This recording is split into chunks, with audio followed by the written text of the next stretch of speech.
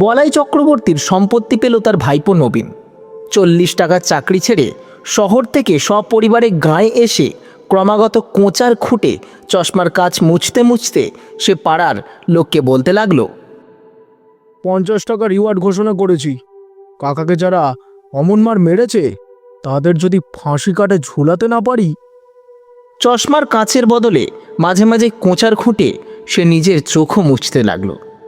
ঠিক 21 দিন গায়ে বাস করার পর নবীনের স্ত্রী দামিনী সন্ধ্যাবেলা লণ্ঠন হাতে রান্নাঘর থেকে উঠোন পার হয়ে শোবার ঘরে যাচ্ছে। কোথা থেকে অতি মৃদু একটু দমকা বাতাস বাড়ির পূব কোণের তেঁতুল গাছের পাতাকে নাড়া দিয়ে তার গায়ে এসে লাগলো।